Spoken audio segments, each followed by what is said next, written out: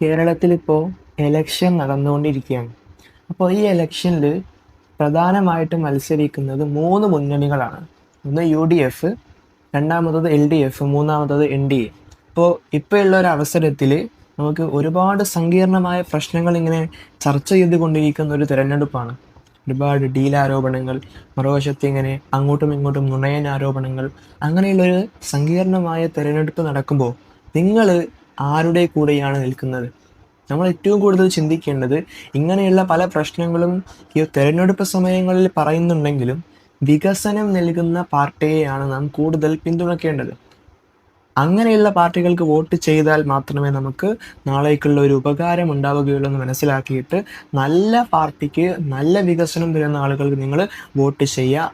വോട്ടിൽ കൃത്യമായി നിങ്ങളുടെ പങ്കാളിത്തം ഉറപ്പാക്കുക.